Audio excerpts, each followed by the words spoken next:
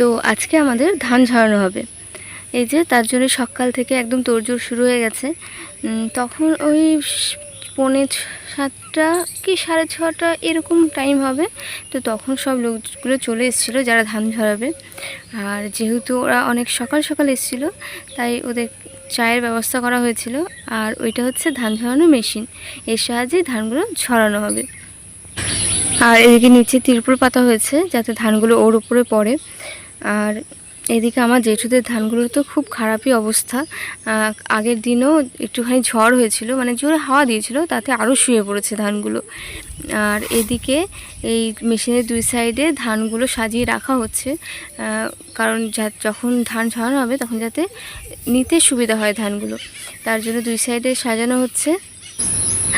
আর আগে এই মেশিনগুলো না পায়ের সাহায্যে চালানো হতো, মানে পায়ে প্যাডেল সিস্টেম ছিল, সেই পায়ের সাহায্যে চালানো হতো। আর এখন মোটর ফিট করা আছে, তো কারেন্টের সাহায্যেই এই মেশিনগুলো এখন চলে। এই যে কারেন্টের সুইচ দেওয়া হয়েছে আর মেশিন অটোমেটিক চলছে। তো এরকমভাবেই এখন ধান ঝরানো হয়।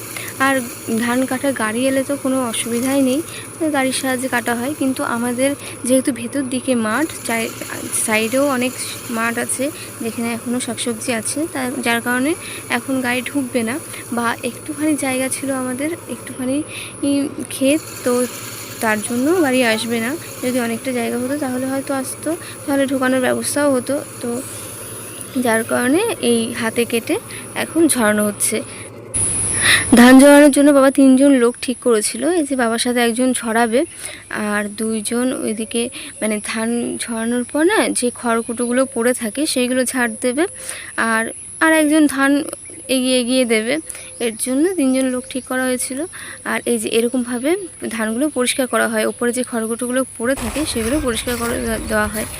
আর ওই খড়কুটোর মধ্যেও না অনেক ধান থাকে, সেই ধানগুলো পরে ওই বাঁশ দিয়ে পিটিয়ে সেই ধানগুলো ছড়ানো হয়।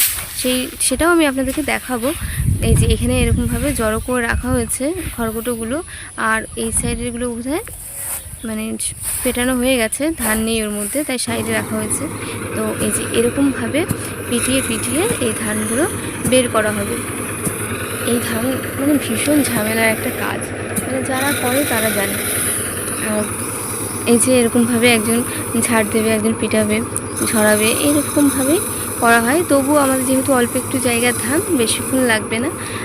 খুব ভালোভাবে কাজ করলে খুব 1-1.5 ঘন্টা সময় লাগতো, কিন্তু এত রোদ গরমে তো রেস্ট নিয়ে কাজ করছে এরা, তো তার জন্য ওই 3 ঘন্টা মতন সময় লেগেছিল। মানে 7টা থেকে 10টা এরকম সময় লেগেছিল ধানগুলো ঝরাতে। তারপর ওদের খাওয়ার ব্যবস্থা ছিল আমাদের বাড়িতে, তারপর ওরা খেয়ে এসছে। খেয়ে আসার পর এই যে এরকমভাবে ধানগুলো ওড়ানো হচ্ছে। এই যে এর মধ্যে তো ধান আছে অনেক, তো এগুলো উড়িয়ে সেই ধানগুলো বের করা হচ্ছে। আর এই ধানের মধ্যে অনেক নোংরা আছে, মানে ওর মধ্যেও ছোটো ছোটো খড়কুটো আছে, সেই খড়কুটোগুলো উড়িয়ে বের করা হচ্ছে। তারপর এই ধানগুলো বস্তায় ভরে বাড়িতে নিয়ে যাওয়া হবে। আর আমাদের এই গরমের ধানগুলো সেদ্ধ করে চাল করা হয়, তো সেই চালই আমরা খাই। তো তোমরা যারা ধান সেদ্ধ করার ভিডিও দেখতে চাও তারা আমার চ্যানেলটিকে সাবস্ক্রাইব করে একটু পাশে থেকো। আমি ধান সেদ্ধ করা থেকে চাল তৈরি করা সমস্তটাই আপনাদের সাথে শেয়ার করব। আর এইখানে তো এখন মাঠে এমনি হাওয়া দিচ্ছিল খুব সুন্দর, তো তাতেই ওড়ানো হয়ে যাচ্ছিল। কিন্তু তারপর মানে 1-1.5 ঘন্টা পরে না হাওয়াটা বন্ধ হয়ে গেছিলো, তো তারপরে আবার বাড়ি থেকে ফ্যান এনে এখানে লাগানো হয়েছিল, তো তার সাহায্যে ধানগুলো ওড়ানো হচ্ছিল। তো আমাদের এই 10 কাঠা মতন জায়গা ছিল, তাতে আমাদের ছোট বস্তা, মানে 30 কেজির বস্তা মনে হয়, তো সেই বস্তায় 16 বস্তা ধান হয়েছিল। বাবা বললো যে 60 কেজি করে বস্তা হয়, তো টোটাল ওই 8 বস্তা মতন ধান হবে। অন্যান্য সিজনের ধানগুলো বিক্রি করে দেওয়া হয়, কিন্তু এই গরমের ধানগুলো সব আমরা সেদ্ধ করে চাল তৈরি করে সেই চালের ভাতই আমরা খাই। তো আজকের মতন এই অবধি, খুব শিগগির আবার দেখা হবে। আর যারা ধান সেদ্ধ করার ভিডিও দেখতে চাও তারা একটু সাবস্ক্রাইব করে পাশে থেকো। তো সকলে অনেক ভালো থেকো, টাটা।